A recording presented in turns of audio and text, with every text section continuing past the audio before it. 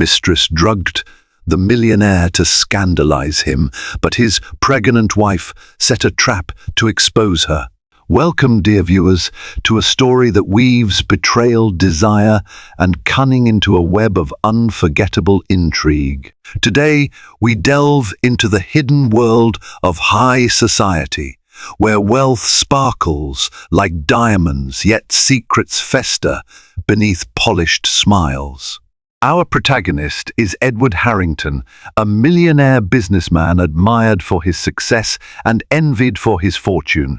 At the heart of this tangled drama stands a mysterious mistress, Veronica Jones, whose desperation drives her to commit the unthinkable. Opposite her is Samantha Harrington, Edward's devoted wife, who suspects foul play. Together, they become entangled in a high-stakes game of deceit, power, and ultimate revelation. Edward Harrington was, by every outward standard, living the dream, tall, with the tailored suits of a refined businessman and the polished manners inherited from his aristocratic maternal family. He was the kind of man who commanded respect as soon as he entered a room. His fortune, amassed through a series of innovative tech startups and savvy real estate investments, allowed him the lifestyle most could only imagine. He had a hillside mansion in Malibu, a brownstone in Manhattan, and a private villa in Tuscany. He was, in many ways, emblematic of success. Edward's wife, Samantha Harrington, often called Sam by her closest friends, was equally admired. A former art gallery curator with a keen eye for detail, she carried herself with the quiet confidence of someone who knew her worth.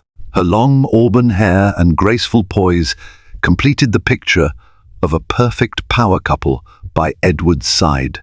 She was the one who could charm anyone into conversation at society galas, who could effortlessly blend into any gathering while radiating warmth that drew people in. For many years their marriage was strong. They talked in the evenings over a glass of wine, joked about the silly antics of their dog, Winston, and planned philanthropic initiatives together. Samantha's passion for art and Edward's for technology fused in a philanthropic mission to sponsor underprivileged children in the arts. They donated a grand sum annually to the esteemed Metropolitan Museum of Art in New York, often in secret, never seeking publicity.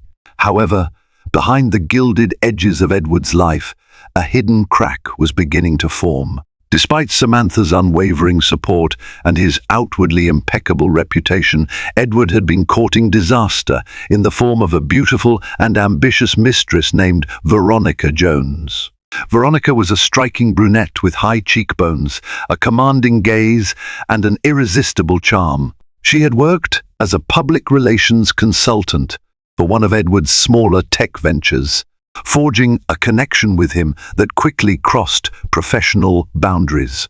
She managed to ignite in Edward a desire for excitement, a spark he feared had gone stale in his carefully ordered life. At first, it was harmless flirting during corporate events, but soon Edward found himself meeting Veronica for coffee, then for lunch, eventually for late-night rendezvous that turned physical. He rationalized these secret excursions. He and Samantha were too busy drifting apart, right? Veronica promised something new and thrilling, while not asking him to rearrange his entire life. So he told himself. But what Edward brushed off as a harmless affair soon became a dangerous labyrinth. Veronica was not satisfied with a mere fling, she wanted more. She was clever enough to keep her intentions well veiled at first, but her ambitions were grand. She visualized a future where she could make Edward her stepping stone, not just to money, but to the status that came with it. And Edward, so enthralled by the adrenaline of secrecy, was too blinded to see the trap being laid at his feet. Thus, in the hush of a mansion perched above the Pacific and in the penthouse suites of five-star hotels, seeds of betrayal were sown. Samantha felt the breeze of doubt stirring in her once quiet mind, but she had no real evidence. She only had that intangible sense that something somehow was not as it should be. A quickening of Edward's heartbeat when he glanced at his phone, a certain distraction in his eyes, a contrived excuse to stay late at the office. Samantha was perceptive, but she bided her time. She did not realize, at first, how close their lives were to toppling off a cliff, nor did Edward, for that matter. Veronica, on the other hand, saw the entire future in her mind's eye, one that involved dethroning Samantha and stepping into her place. She only needed the perfect scandal to make it possible. Veronica Jones was born in a small Indiana town to hard-working parents who could only provide her with modest opportunities. From a young age, she resolved to elevate herself beyond the confines of her upbringing.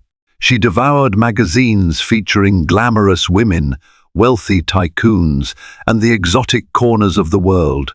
Where others might have seen a fantasy, she saw a roadmap to her future. Determined, she moved to Los Angeles in her early 20s, used her quick wit and natural allure to connect with the city's young professionals, and gradually climbed the ladder in public relations. By the time she met Edward Harrington, Veronica was already known for her ability to manipulate public perception. She was the kind of PR consultant who could spin a fiasco into a triumphant comeback. Her skill was in reading people, their desires, their weaknesses. Edward, successful and socially prominent but craving something intangible, was precisely the kind of man she had studied for years. It wasn't enough for her to simply become an accessory in his life. She wanted to replace those who overshadowed her. She was a woman on a mission to secure not just a role by Edward's side, but total dominance over his world. Her plan began with subtle, emotional hooks. She would casually mention her struggles, painting herself as someone who overcame adversity. She flattered Edward's intelligence, empathized with his daily pressures. She was careful to never directly criticize Samantha, but she sprinkled seeds of envy and doubt, implying that maybe Samantha didn't truly understand him as she did. Yet, Veronica realized that merely winning Edward's heart wouldn't be enough to unseat Samantha.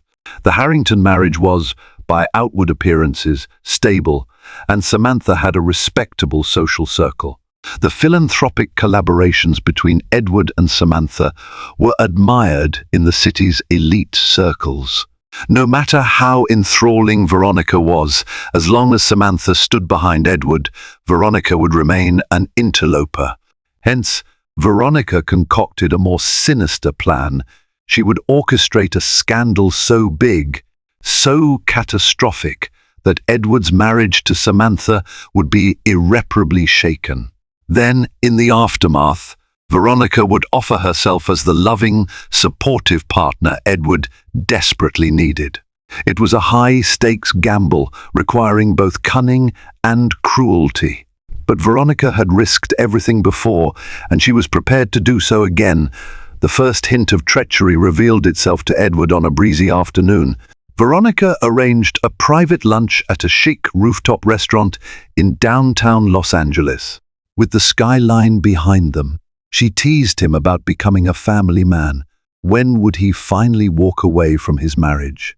Edward quickly dismissed the question, cautioning that he would never want to humiliate Samantha, especially given her high standing in philanthropic circles. Veronica felt a flash of irritation. This was not the response she wanted, but she masked her anger with a laugh that tinkled like crystal and changed the subject. Over dessert, she skillfully probed him about his personal weaknesses. Did he ever fear scandalous rumors in the media? Did he worry about a competitor digging up dirt? Edward, clueless to her motives, found himself opening up about the various corporate predators who might want to tarnish his name to get ahead. Veronica nodded sympathetically, absorbing every word. She was building her arsenal step by step. Meanwhile, Samantha, unaware of the specifics but increasingly sure something was amiss, started observing her husband with more scrutiny. She noticed small stains on Edward's shirts that didn't match the color of her lipstick. faint traces of perfume she didn't own, or the occasional text message on his phone that seemed to bring a secret smile to his face. Samantha's heart clenched with apprehension, yet she kept her emotions in check. She would confront him eventually, but first she wanted tangible proof. She had no idea that Veronica's ambitions reached far beyond mere seduction. Samantha Harrington's old college friend, Lisa D'Amico, came to visit one afternoon. Lisa, an investigative journalist working for a reputable magazine in New York, had uncovered more than her fair share of hidden truths over the years. She had an uncanny sixth sense for detecting secrets, a skill she frequently used in her profession. The pair had once been almost inseparable, and though life had taken them to different coasts, they remained close in heart. Over coffee, Samantha confided in Lisa her growing unease about Edward's behavior. "He's been absent," she admitted, eyes downcast. "He denies any wrongdoing, but I can sense something's changed." Lisa, never one to mince words, asked pointed questions. "Does he have new female colleagues? Has anyone suspiciously attached themselves to him?" Samantha hesitated, remembering a woman named Veronica Jones that Edward had once mentioned in passing. At the time, the name meant little, but combined with the nagging sense that something was off, the memory leapt out. "Veronica Jones," Samantha said quietly, rolling the name around her tongue like a bitter pill. "She's a PR consultant. She's attractive, confident, and they've been spending time together, at least professionally." Lisa's gaze sharpened. "PR consultant, you say? I've come across a Veronica Jones in a few corporate exposes, someone known for spinning narratives to her advantage. But that could be a coincidence. Let me dig deeper." Later that evening, Lisa opened her laptop, searching through her archives. She discovered that a Veronica Jones had been involved with a high-stakes scandal in the entertainment industry some years back. Rumors suggested she'd orchestrated dramatic situations for personal gain, though nothing was proven. Lisa's instincts flared to life, the same name, the same line of work, and an uncanny pattern of hooking high-profile clients. Samantha, meanwhile, hovered between dread and desperation. She didn't want to believe Edward was crossing lines that would damage their marriage, but the facts were too glaring to ignore. The following morning, she mustered the courage to approach him directly. "Edward," she said, voice firm yet trembling, "I need to talk to you about something important." She kept her tone neutral, not wanting to raise an argument without proof. He looked up from his laptop, surprise crossing his face. "Of course," he said softly, motioning her to join him. Samantha felt a wave of conflicting emotions. She still loved him deeply, after all. "Is everything all right?" he pressed gently. She paused, searching his eyes for truth. "I've been feeling disconnected from you lately. I've noticed changes in your routine, your behavior, and I can't help wondering if it involves someone else." Edward stiffened, guilt flickering across his gaze. But he had grown adept at lying to himself, and thus to others. "Sam, you know how demanding business can be," he replied, forcing a small laugh. "I've been pouring myself into these new deals. There's no one else." Samantha studied him. There was a time she would have believed his every word without question. Yet now she felt a steeliness in her spine she hadn't realized she possessed. "We'll talk more later," she said, not pressing further. "I just wanted you to know I see something's off." Edward offered a reassuring smile, but it never reached his eyes. That night, Samantha confided her suspicions to Lisa, who offered a suggestion: "If you want to really see what's going on, hire a private investigator." Samantha hesitated. She was a proud woman, and the idea of prying into her husband's life didn't sit well with her. Yet, desperation for clarity overwhelmed her reservations. That night, after a lengthy conversation, she decided to contact someone. Lisa recommended a discreet but highly effective private investigator named Jack Griffin. Samantha felt a mix of fear and resolve. She was about to open a door that might never be closed. While Samantha and Lisa quietly prepared for the private investigation, Veronica Jones was refining her own sinister plan. She had begun researching substances that could induce disorientation and memory lapses, nothing too dangerous, but potent enough to compromise Edward. Her plan was borderline diabolical: drug Edward at a private event, stage incriminating photos or videos, and then threaten exposure unless he publicly severed ties with Samantha. It was a gamble that could easily backfire, but Veronica believed in her capacity to control outcomes. She studied everything from party drugs to prescription sedatives. Finally, she settled on a mild benzodiazepine that dissolved quickly in liquid. Administered in a calculated dose, it could make Edward appear delirious or possibly unconscious without posing a major health risk, at least in Veronica's amateur estimation. She felt only slight pangs of guilt, quickly brushed aside by her vision of living the life she deserved. To set the stage, she planned a lavish soiree under the guise of a corporate networking event. She would book the rooftop of a new luxury hotel in downtown Los Angeles, the kind of place where the city's movers and shakers gathered. Veronica had the perfect pretext: a product launch celebration for one of Edward's smaller tech ventures, for which she handled PR. It wouldn't be odd for her to host or for Edward to attend. Veronica's intention was to spike Edward's drink at the height of the evening, around the time paparazzi might be loitering near the entrance or in the wings, hoping to capture glimpses of high-profile guests. She had already reached out discreetly to a couple of freelance photographers she knew would do just about anything for the right price. She didn't need the mainstream press yet, just the potential of damaging photos that she could share strategically. Edward, blissfully unaware of the Black Widow spinning her web, found himself spending more late nights with Veronica. She would invite him for dinner or drinks, always in exclusive lounges, ensuring he was enveloped in an atmosphere that felt illicit yet thrilling. He told Samantha they were client meetings and late business strategies, growing more adept at weaving half-truths. Meanwhile, Jack Griffin, the private investigator, began tailing Edward at Samantha's request. He was a meticulous man, ex-military, with a knack for blending into crowds. Over the course of a week, he confirmed Edward's numerous rendezvous with Veronica. He documented their dinner dates, the hotels she booked, and the suspicious hush that surrounded their interactions. He noted how often Veronica checked over her shoulder, a sure sign she was anxious about being followed or discovered. Jack reported his findings to Samantha and Lisa, who conferred in whispered conversations in the late hours of the night. Samantha's heart clenched with each new detail, but she steeled herself. She told Lisa and Jack, "I need more than evidence of an affair. I have a feeling Veronica's up to something bigger."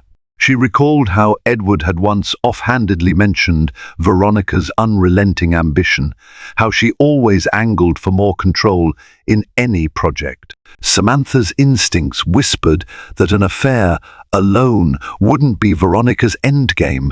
With the so-called product launch celebration looming, Samantha decided to use the upcoming event to her advantage. "If she's going to make a move, it will be then," Lisa surmised. Samantha agreed. They began strategizing. Jack Griffin, with his experience in surveillance, was integral to the plan. He proposed setting up covert cameras in areas of the event venue. Samantha suggested enlisting a few trusted friends to help keep watch. Though her heart ached, Samantha pressed on with unwavering resolve. She loved Edward, but she was no fool. Her marriage and her reputation were on the line, and Veronica's machinations posed a grave threat to both. If all went according to plan, by the end of that event, Veronica Jones would find herself trapped in her own cunning game. The evening of the rooftop celebration arrived with all the glitz and glamour Veronica had meticulously orchestrated. The newly opened Skyline Pavilion Hotel, a soaring structure of polished glass and steel, was swathed in golden light.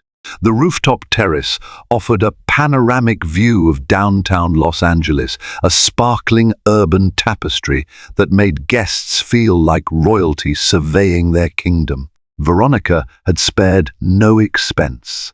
A string quartet played a modern repertoire near the entrance, waiters in black tie.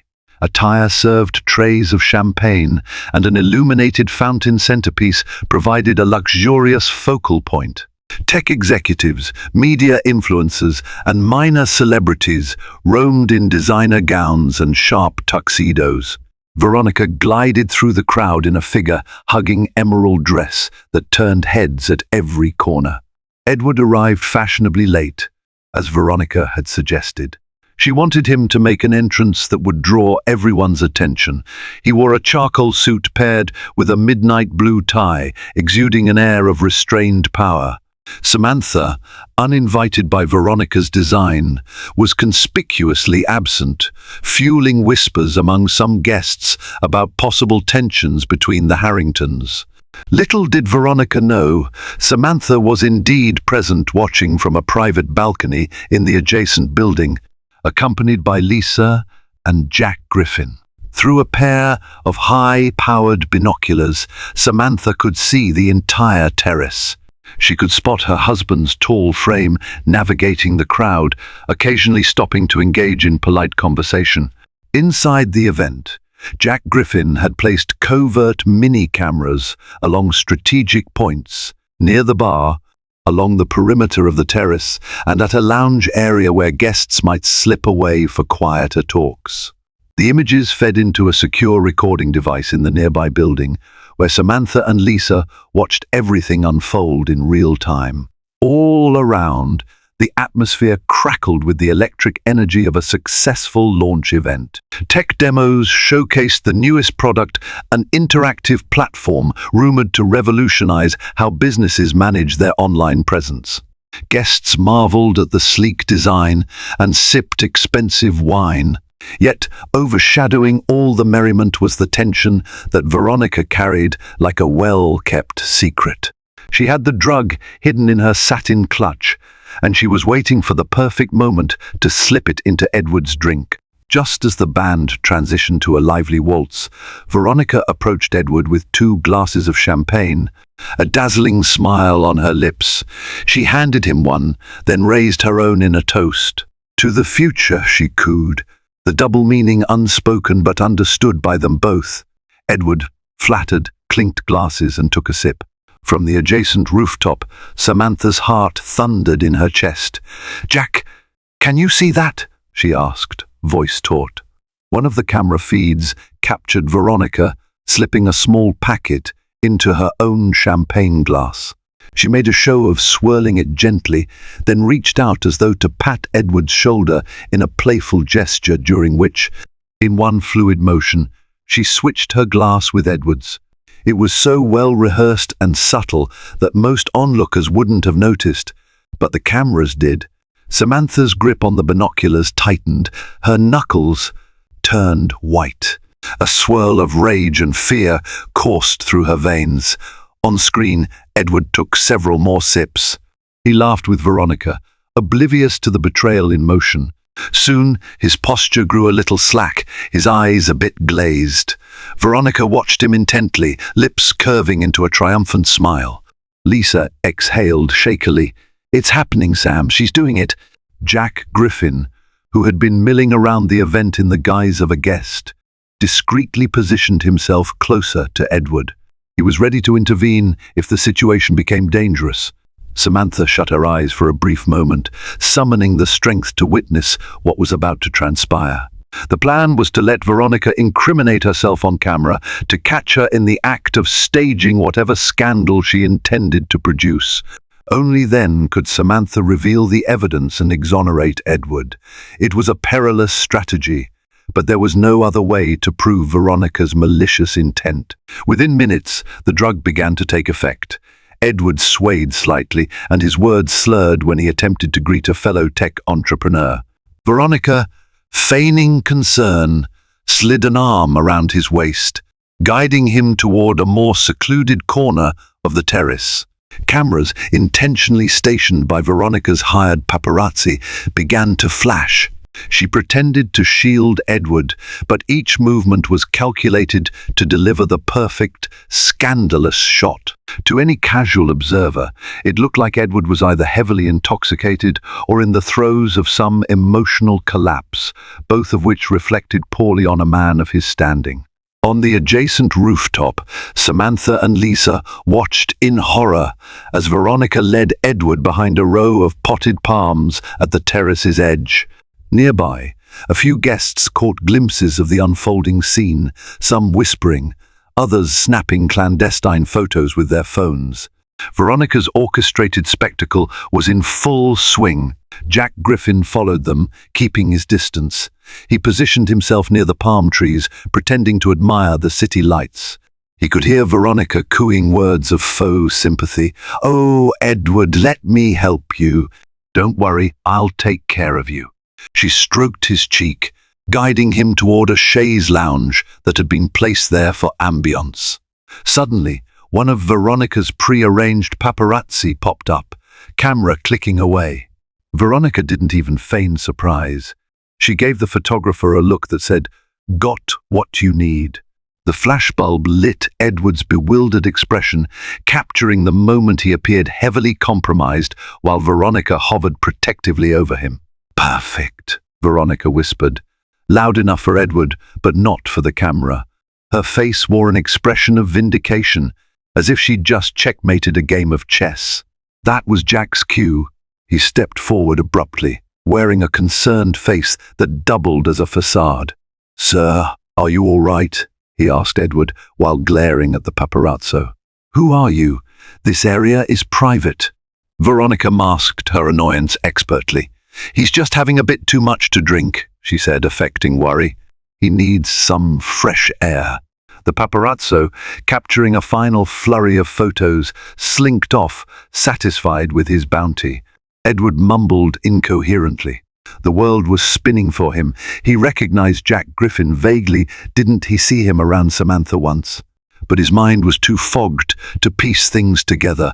All he wanted was to lie down. Meanwhile, Samantha and Lisa shared a sharp glance. "We have enough," Lisa murmured, checking the camera feeds that had recorded the entire drugging sequence. Samantha set her jaw, adrenaline surging. It was time to spring the trap that would confirm Veronica's guilt before a larger audience. She'd already arranged a contingency plan with the event staff. A loyal friend of Samantha, an event manager named Christine Park, stood by, ready to escort security or call attention to the fiasco if necessary. Down on the terrace, Veronica motioned for one of the event staff to help her move Edward inside, presumably to a private suite she'd booked in advance. The staffer, following her instructions, nodded. Jack Griffin stayed close, determined to record every movement. On the other side, Christine Park quietly signaled the hotel's security team, instructing them to converge on Veronica's suite once they saw a specific signal, a text message reading green light. Samantha felt her chest constrict as she witnessed her husband practically being carried away.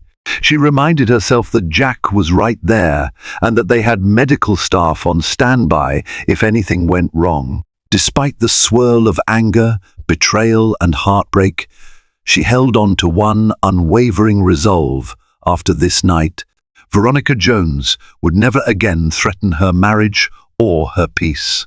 The path from the rooftop terrace led to a corridor of private suites reserved for VIP guests. Veronica maneuvered Edward with a combination of manipulative tenderness and brisk efficiency.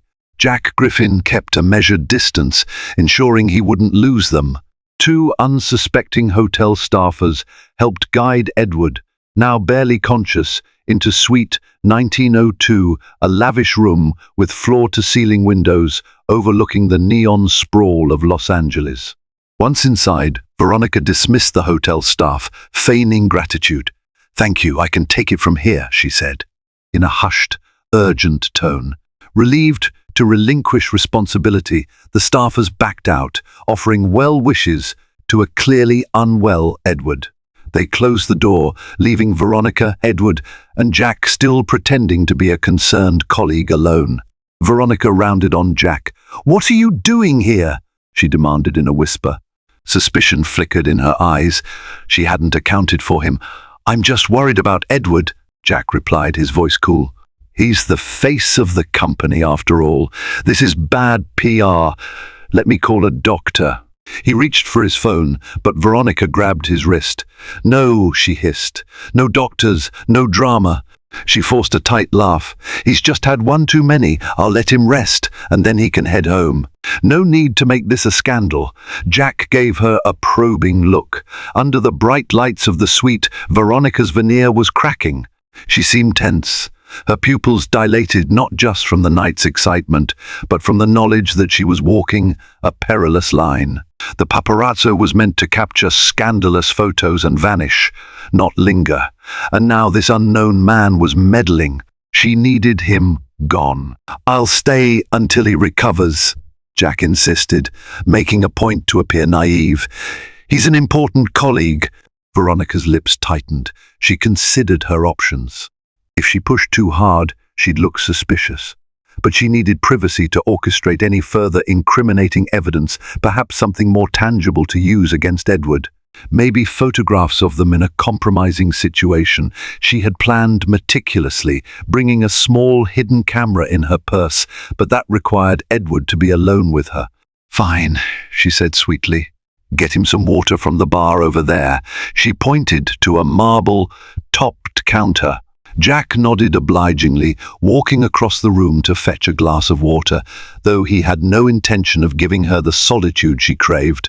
In a moment of cunning desperation, Veronica stepped back to her bag, palming a tiny camera device no larger than a pack of gum. If she could stage just a few close-up shots, her leaning over Edward, lips parted, clothing rumpled, perhaps an angle that implied intimacy, she'd have powerful blackmail material. She could claim Edward forced himself on her while drunk, or that they had an affair of unstoppable passion. Either narrative would be devastating for Edward and humiliating for Samantha. Yet, before Veronica could position the camera, Jack turned around. She froze, hiding the device behind her back. Edward, sprawled on the chaise lounge, groaned. Samantha, he mumbled in a half-conscious plea. "Samantha can't help you now," Veronica muttered under her breath, bitterness flaring. Jack offered Edward the water, then turned to Veronica, stepping closer. In one swift, unexpected move, he grasped the device from her hand. His reflexes were honed from years of investigative work. Veronica gasped, her facade crumbling. "What are you doing with this?" Jack asked icily. He recognized it as a small digital camera with high-resolution capabilities. "You planning on making a little home movie?" Veronica's eyes blazed with anger and fear. Her perfect plan was teetering on the brink of collapse, undone by this unassuming man who refused to leave. She had to pivot. She let out a theatrical cry, flinging herself away from Jack and shrieking, "Get away from me! Help! He's hurting me!" She hoped to lure security or staff to twist the narrative in her favor, but it was too late. The door burst open, revealing Christine Park and two security personnel. Samantha and Lisa stood right behind them. Cameras from both Jack and the security team were rolling, capturing Veronica's meltdown. Samantha rushed to Edward's side, brushing his hair back from his forehead, tears brimming in her eyes as she saw the state he was in. In that moment, Veronica realized all her illusions were shattered. She was surrounded, caught red-handed with the camera, with no plausible explanation. Security had footage of her cry for help, which was obviously contrived. She showed no bruises or sign of actual distress. On the contrary, Jack's calm demeanor spoke volumes. Samantha's voice, low and trembling with controlled fury, cut through the tense silence. "Veronica Jones, you've gone too far. We have everything on film from the moment you drugged my husband to now. The game is over. Veronica stared at Samantha, her expression a mixture of shock, rage, and a last vestige of haughty defiance. She let out a mirthless laugh. "So, this was your plan all along? A sting operation?" she spat, tossing her hair back. Samantha gently placed Edward's head on a plush pillow, reassuring him in a soft voice that everything would be all right. Then she rose to her full height, meeting Veronica's glare with unwavering resolve. "Yes," she said simply. "I couldn't let you ruin him or us without a fight." Christine Park stepped forward, brandishing her phone. "We alerted the police. They'll be here soon. Possession of a controlled substance, intent to harm, blackmail, there's a whole list of potential charges." Veronica's eyes flicked to the door, then back to Samantha. She weighed her chances of sprinting for an escape, but the two security guards stood blocking any attempt to flee. Panic rippled across her features for the first time. "You don't understand," she seethed, voice trembling. "Edward and he loves me, and I love him." She pointed accusingly at Samantha. "You've kept him chained in a loveless marriage." Samantha cut her off, voice steady but smouldering with controlled emotion. "Don't you dare. My marriage isn't perfect, no marriage is, but you will not rewrite history to play the victim." She threw a glance at Lisa, who nodded, stepping forward with a laptop that displayed real-time footage from the rooftop cameras. "We have you on tape, exchanging the champagne glasses, spiking his drink, coordinating with paparazzi. It's all there." She clicked a few keys, and Veronica's face turned ashen at the sight of her own actions, magnified on the laptop screen. Jack Griffin added, "We also have evidence linking you to previous attempts at blackmail in other industries. You've built quite the career out of orchestrating these crises, haven't you, Miss Jones?" Veronica opened her mouth, words failing her as she realized the full extent of her exposure. For all her cunning, she hadn't expected Samantha's countermove. Her carefully constructed tower of illusions was tumbling down. Outside, the faint wail of approaching sirens signaled the arrival of law enforcement. Edward stirred on the chaise lounge, groaning as he tried to open his eyes. Samantha rushed to his side, grasping his hand in hers. "Edward, it's me. Everything is going to be all right. Just stay with me," she whispered, tears blurring her vision.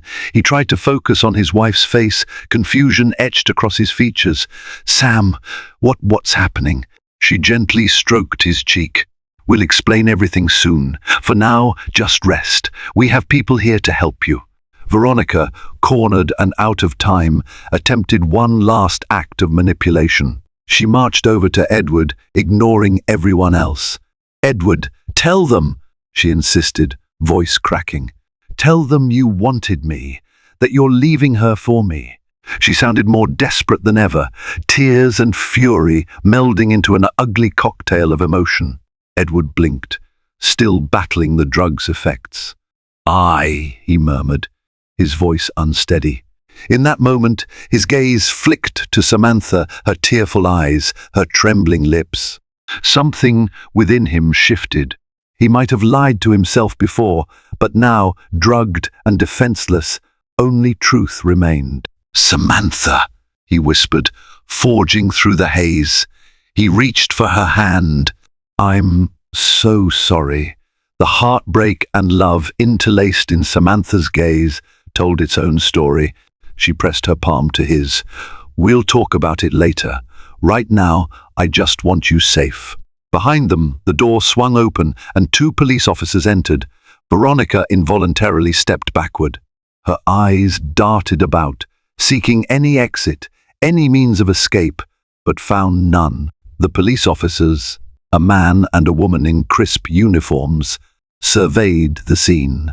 One noticed Edward's groggy state while the other honed in on Veronica, whose trembling hand still clutched the small camera device. Lisa and Christine rushed to hand over the video evidence they had compiled on their phones and the laptop. Jack Griffin calmly explained the sequence of events, from the rooftop party to the moment they all entered the suite. Veronica, visibly shaken, tried one last desperate ploy. "This is a misunderstanding," she exclaimed, struggling to maintain composure. "That camera, it's mine, but for my PR work." "I never drugged him. He was drinking all night. They're framing me." But the officers remained impassive. One of them, Officer Johnson, viewed the footage from the hidden cameras, which clearly showed Veronica spiking Edward's drink. The second officer, Officer Morales, looked to Edward, who was being examined by on-site paramedics. Samantha hovered protectively, tears glistening in her eyes. "We have enough evidence to arrest you for attempted assault and other charges," Officer Johnson told Veronica firmly. "You have the right to remain silent. Anything you say can and will be used against you in a court of law." Veronica's face twisted in denial. "You can't do this. He's my lover, my fiancé. He would never press charges against me." She lunged toward Edward, but the officers quickly restrained her. Samantha found an unexpected calm settle over her in that moment, watching as Veronica's venomous lies unraveled in real time. In a surreal twist, she almost felt pity for the woman, someone so consumed by ambition and desperation that she'd ruin lives, including her own, to fulfill a twisted fantasy. Lisa stepped forward, placing a reassuring hand on Samantha's shoulder. "You did what you had to do," she murmured. "Edward is safe now, and that's what matters."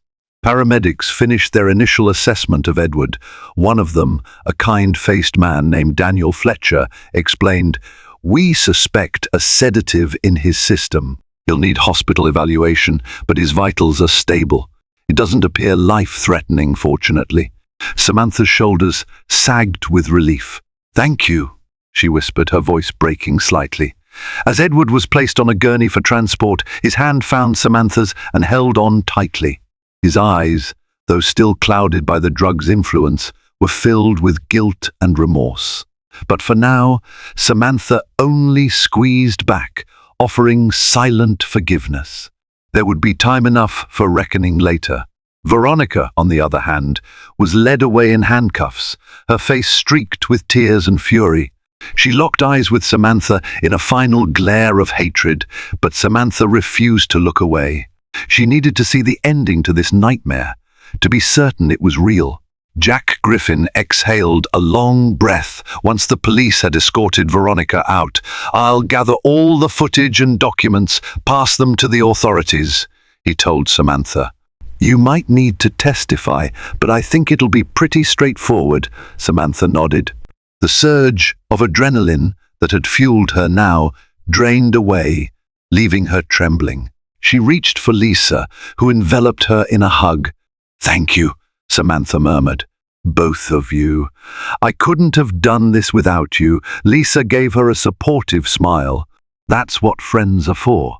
As paramedics and police officers bustled around them, the suite that once glittered with Veronica's illusions of grandeur lay in disarray. Half-empty champagne glasses, scattered party favors, and the lingering scent of Edward's near downfall contrasted sharply with the swirl of medics and law enforcement. In that chaos, Samantha found an odd sense of peace. Veronica's hold over Edward was broken, and the Harringtons could now face the truth, no matter how painful. Samantha rode with Edward in the ambulance to Cedars-Sinai Hospital. The paramedics had stabilized him, placing him on the fourth fluids to flush out the sedative. Edward drifted in and out of consciousness, occasionally murmuring apologies or calling her name. Samantha gently stroked his hair, her heart torn between anger, hurt, and a deep, unyielding love.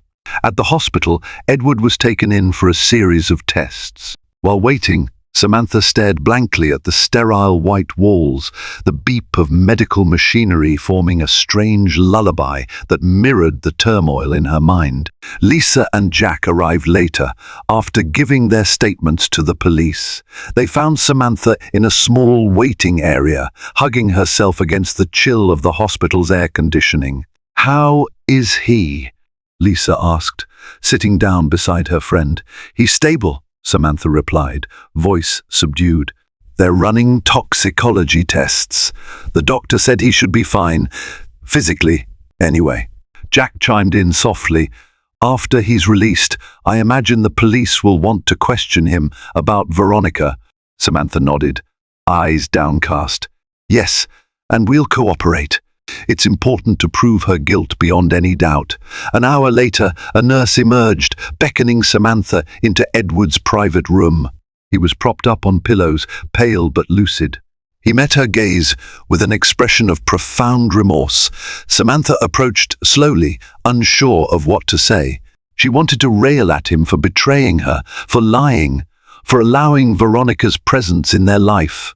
Yet, seeing him frail, she remembered her vows of love, the bright days before suspicion darkened their union. Edward took a shaky breath. Sam, I don't know how to start apologizing. She pulled a chair close to his bed, taking his hand. Then maybe just start with the truth, she said quietly. How did this happen, Edward? His voice trembled. I was stupid, Sam. I felt like we were drifting apart. Veronica, she was seductive and exciting. It never seemed like a big deal at first, just a rush. I didn't think she'd go this far. And I'm ashamed to say I didn't even see how manipulative she was. I was blinded by my own restlessness. Samantha's eyes glistened with tears, but she forced them back. You betrayed my trust, Edward. You broke what we had. He squeezed her hand, tears escaping down his cheeks. I know, and I'm sorry. I will do anything counseling, a separation, time away, whatever you need. I'll do it. Samantha closed her eyes, her thoughts whirling. I don't know what the future holds for us, she admitted. I need time to process all of this. But I can't ignore the fact that I almost lost you, or that you almost lost everything because of your poor choices and her evil scheme. Edward nodded weakly, too tired to argue. I understand. They sat in silence, letting the gravity of the event settle over them. Finally, Samantha rose to leave, promising to return once he'd rested. Just focus on getting better, she said softly. We'll decide what comes next together, or maybe apart, but we'll figure it out. Outside, Lisa offered Samantha a concerned hug. Samantha leaned into the embrace, her tears finally slipping free. She still loved Edward, but trust was fragile, and it had been shattered. For now, all she could do was take it day by day, step by step. The next few days brought a whirlwind of legalities and media storms. Veronica Jones's arrest became a hot topic in the local news cycle, splashed across tabloids and social media. Paparazzi had photos of Edward appearing incoherent at the party, fueling gossip about what really happened on the Skyline Pavilion Hotel rooftop. Fortunately, the truth emerged quickly. Lisa D'Amico, with her network of journalist connections, released a meticulously documented expose detailing Veronica's plot, the hidden camera, the spiked drink, the orchestrated photographs. Law enforcement corroborated the story, confirming that Veronica had been charged with assault, attempted blackmail, and other related crimes. Thanks to Jack Griffin's evidence, the district attorney had a strong case. Edward, once discharged from the hospital, gave a public statement expressing regret for his personal failings, but clarifying that he had been the victim of a malicious scheme. He publicly thanked his wife, Samantha, for saving him from irreparable harm. Samantha stood behind him during the press conference, poised yet reserved, her emotions masked by a calm dignity. Despite the outpouring of media attention, Samantha had no desire to bask in the drama. She accepted interviews with major news outlets, only to ensure the narrative was accurate, never to seek personal vindication. She stated simply that she hoped justice would be served and that the Harrington family needed privacy to heal. Behind the scenes, Edward and Samantha began marriage counseling. Though their relationship was bruised, they both realized they weren't ready to throw away years of commitment. Each session brought tears, confessions, and the painful unearthing of buried insecurities. Samantha discovered how Edward had felt neglected whenever she immersed herself in her art advocacy, while Edward learned how deeply she valued honesty and loyalty.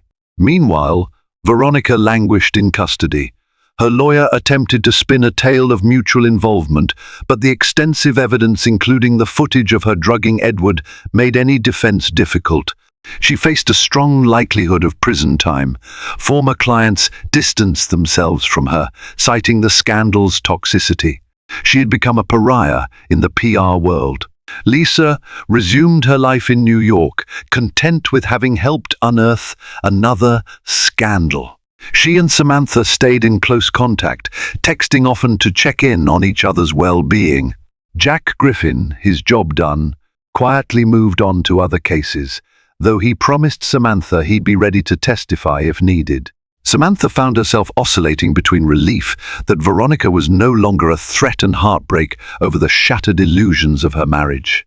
Her once idyllic view of Edward as a devoted husband was replaced by a more complicated reality. He was flawed, capable of betrayal, yet deeply remorseful and yearning to atone. In a particularly candid counseling session, Samantha confronted Edward. The first need to know, if Veronica hadn't drugged you, would you have eventually left me for her? Tell me the truth.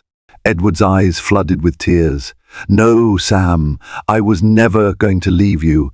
I was a coward who wanted excitement on the side, but I was never ready to lose our life together. And that was unfair to both you and Veronica. The first see that now. Though it hurt, Samantha believed him. Sometimes love isn't about illusions of perfection. It's about seeing the flaws and deciding if you can still fight for each other. Weeks passed, and a sense of normalcy began to return. The media frenzy subsided, shifting to new scandals and fresh controversies. The Harrington name remained in the spotlight for a while. Some business partners hesitated, worried about reputational damage. But Edward worked tirelessly to rebuild trust, both at home and in his professional circles. Samantha, meanwhile, threw herself into philanthropic projects, channeling her emotional turmoil into actionable kindness. She organized a new art exhibition in partnership with a local youth center, aiming to raise funds and awareness for underprivileged talent. Standing amid bright canvases and sculptures, she felt a renewed sense of purpose. This was who she was, an advocate for creativity and passion, someone who found solace in the transformative power of art. At home, Edward took small, deliberate steps to mend the bonds he'd broken. He'd surprise Samantha with her favorite tea in the morning, leave thoughtful notes around the house, or join her for evening walks on the beach near their Malibu residence. He confided in her about the pressures he'd felt to constantly expand his empire. In turn, she admitted she'd sometimes become too absorbed in her personal interests, leaving him feeling unappreciated.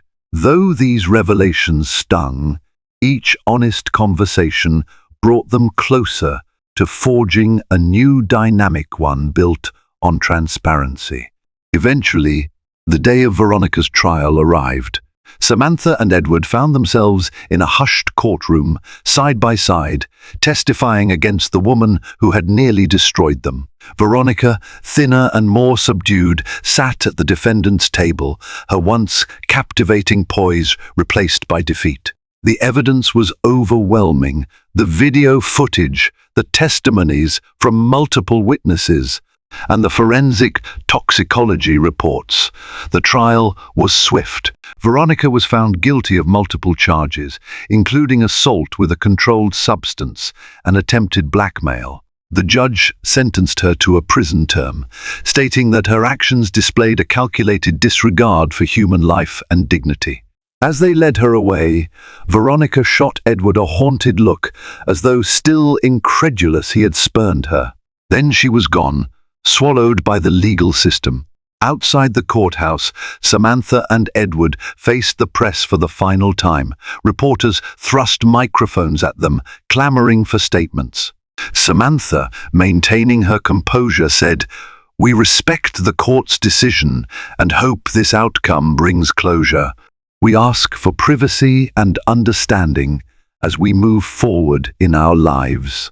That night, back in their mansion, the tension that had gripped them for so long began to ease.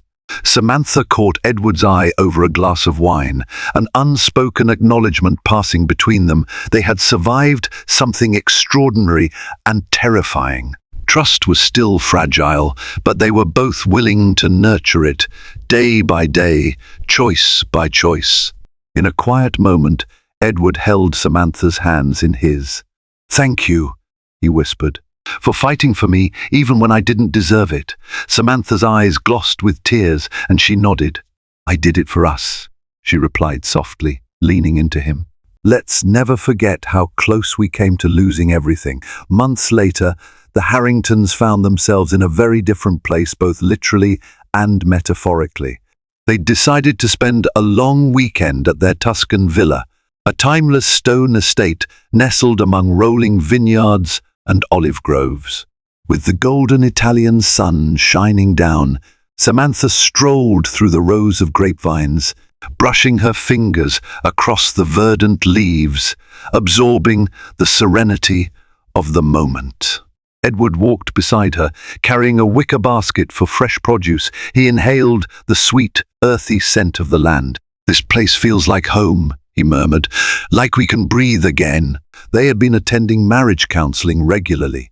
The sessions were still challenging, but both felt it was worth the effort. In Tuscany, far from the city lights and scrutiny, they found a haven to reflect on the past without being suffocated by it. Samantha had even reached a point where she could talk about Veronica without feeling a surge of fury or heartbreak.